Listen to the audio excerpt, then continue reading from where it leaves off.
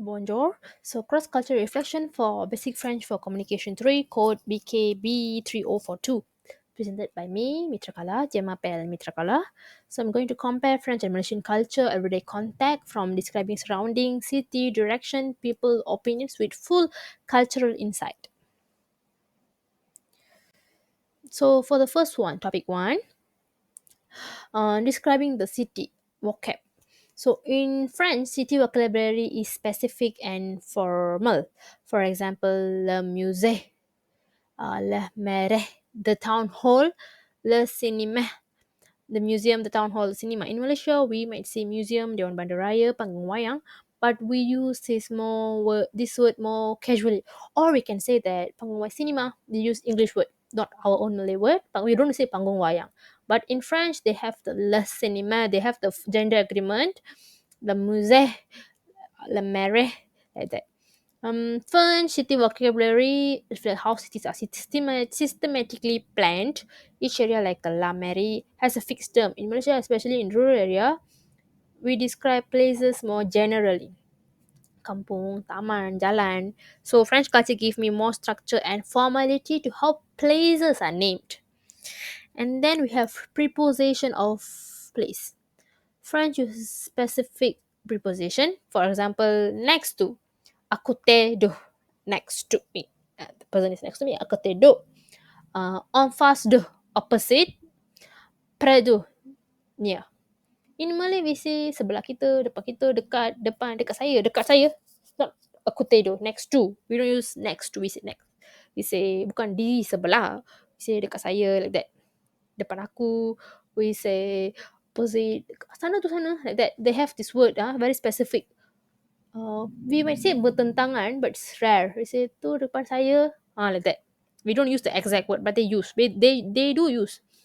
Then French people often give very precise direction. That's what attracted me. For example, le musée est en face de la banque. The museum is opposite the bank. They won't say like the museum is in the center of the city. Belok kanan, belok kiri dah dapat.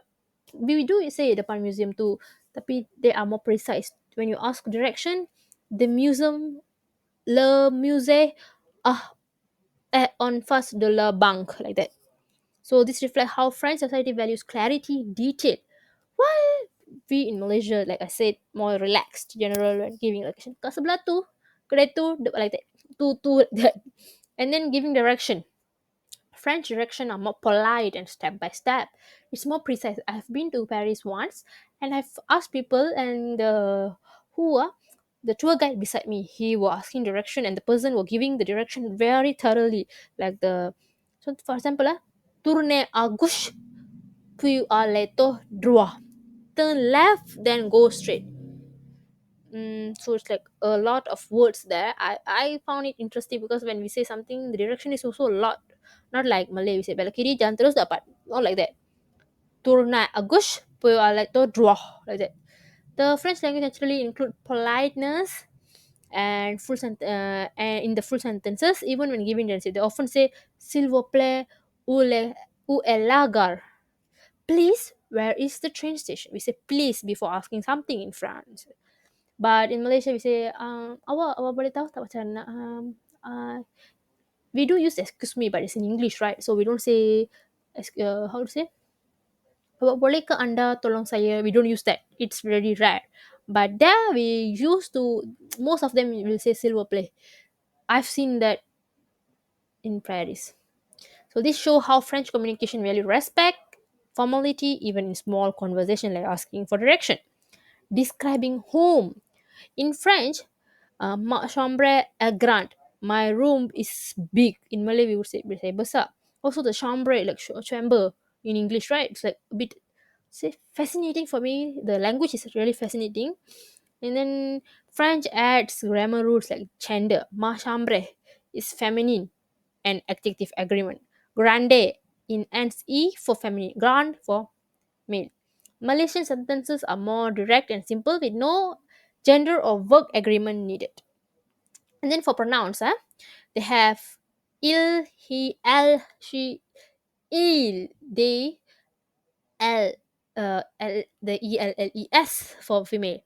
In Malaysia, we just say dia, mereka, no gender agreement. Dia walaupun dia lelaki, they went. Dia pergi. Lelaki itu pergi, we don't use that. Nak celah. French forces learner to be specific and careful. That's the main thing. You must know the gender and the number of the people you're talking about. Malay is more to relax, neutral, which make it simple for everyday speech. In describing people, in French we say il est gentil, he's kind. Elle est drôle, she's funny. Dia baik, dia kelakar. Like that. We don't have the gender agreement also, right? Dia baik, dia kelakar. Atau lelaki ke perempuan. Then French adjective must match gender. For gentil for male, gentil for female. In Malay, no change is needed. This teaches us French use how detailed it is and how the language builds in identity and correctness even in small sentences. Then talking about likes, il aime le football, il adore la danse. So like I said, the gender male, female. And then French likes and dislikes include the verb conjugation aime, adore, le football, la danse. Dance for girl, la, le for male. Malaysian sentences keep the article. They show how French grammar is more structured using comparative. Il est plus drôle que moi. He's funnier than me. We know it's they're talking about male using the il, right? But in Malay dia kelakar dari saya. Dia tu siapa? We don't know, right? And then they have plus the and then like that lah. Plus culture compares things, but French does it using grammar formula. Like I say, that helps the speaker be more structured and precise. Who is that person? Il, male, like that. Then giving opinion. Ah, mon ah, il est intéressant. In my opinion, he's interesting. Malay bagi saya dia menarik. In my opinion, there is this amor avi el e intéressant. So French opinions are followed by a justification. You say amon avi and then support your idea. It reflects how French culture encourages critical thinking. Like amon avi el e intéressant, interesting. In my opinion, he's into what is my opinion to telling that critical thinking. So this is for topic 1. Describing a place. It's about communication in everyday situation. This is cross cultural communication based on this. So in French, we say il y a une boulangerie et au parc de mon quartier. There is a bakery and a park in my neighborhood. Then il n'y a pas de supermarché ici. Then it's about there isn't a supermarket here. And then c'est to quartier calme et joli. It's a quiet and pretty neighborhood. In France, people often describe not just what's there, but also how it feels calm, lively. For me, first it was like, why they're exaggerating? But as long as I'm learning this, I feel like, oh, when they tell this thing more precisely, I know about the situation. Unlike in Malaysia, we say, but okay lah. We don't know okay lah is what? Calm ke, lively ke, we don't know. So we say like ada pasar ada kedai, but we don't usually add opinion unless someone asks, right? So this is in French, the sentence itself giving us what we want without us asking it. And then shopping vocabulary from the table I'm reading. In French, I'm going to the bakery to buy some bread. It's a bread. C'est je vais à la boulangerie pour acheter de pain. And then the market is open in the morning. Le marché est ouvert le matin. So for as I said, French language learner have to learn about different shop name also, right?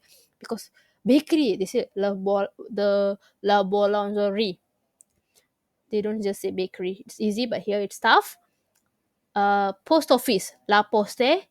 Then la marché, wet market. La what is it? Le marché, le supermarché, la cafe, like that. In Malaysia, we just pasar, kedai. But supermarket is quite similar, right? Supermarket, supermarché. But super is there, so we can at least connect it. Okay, making a purchase. In French, they say, I would like to buy a baguette, please. So, voudra un baguette, s'il vous plaît. Please is there. That's very good.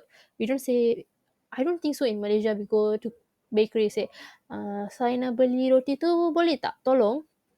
Or boleh ke saya beli roti tu, we don't ask them, we just put stuff and we are like bossy and ask them, right? No. How much does this dress cost? Combien cost set drop? Then like that lah.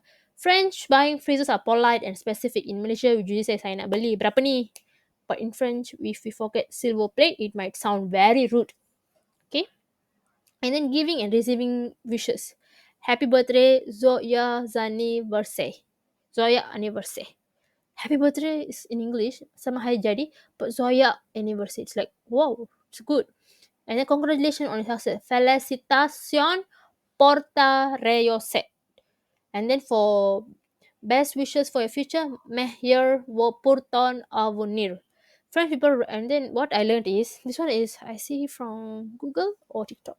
They use card and formal wishes for every celebration. In Malaysia, we just say Tania, tu je. Berjaya, Tania, Tania. We don't say Tania untuk kejayaan anda. Selamat hari jadi, happy birthday. That's it. They have a bit of best of luck for your future. Like say, meilleur vos pour ton avenir, like that. And then inviting someone. Do you want to come to my party? To venir amat fat. And I invite you on Saturday. Zutan bet samedi. With pleasure. Ayak pleasure. Sorry, I can't. You see, the word sorry, I can't. Sorry, saya tak boleh. Benda tu. Désolé, je ne pas. Je ne peux pas. So what does that mean?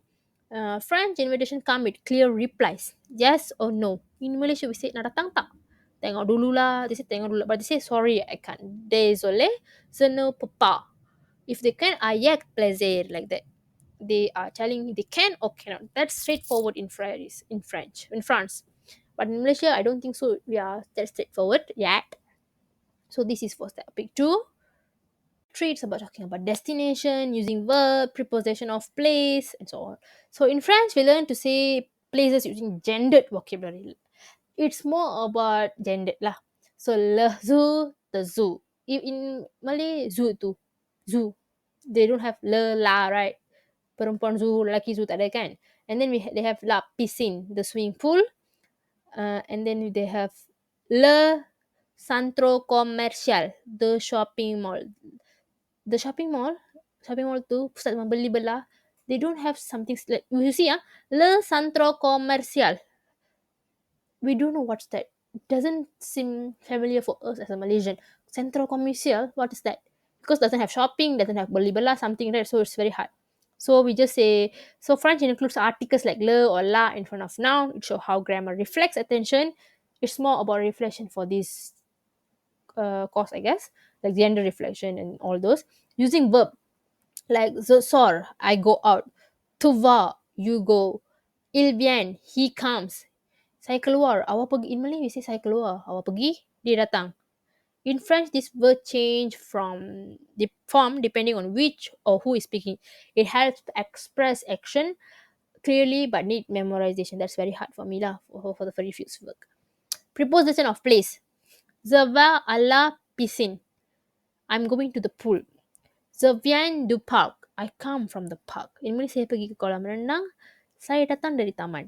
French combine verbs and preposition and you must match the form with the place. The je viens, je vas, that's the thing. La piscine, the park. Talking about future plans. French uses the structure other and infinitive. Je vais visiter le zoo. I'm going to visit the zoo. Je vais visiter le zoo. Then here is saya akan melawat zoo. For the present tense here, French future is expressed using present tense of a verb or an action verb. It reflects planned certainty. Proposing and accepting activities like Tevu Vunir Avec. No, do you want to come with us? Avec plaisir. With pleasure. They said straightforward like I said just now. Yes, I can. But in Malaysia, we don't say that. Awak nak datang tak untuk dengan saya? Tengok dululah. Ataupun tak pastilah. Dia tak pasti tu tak pasti. Don't know yet. Then, if they cannot, they will say, Désolé, je ne peux pas. Sorry, I can't. Ikut tak, jom, okay, maaf, tak boleh tu, kurang. So, they tend to be more formal in inviting people, accepting, refusal, express. It reflects social ethic and respect. That's what I want to highlight here. They express social ethic and respect. So this is more about this topic 3. Merci beaucoup. Merci beaucoup.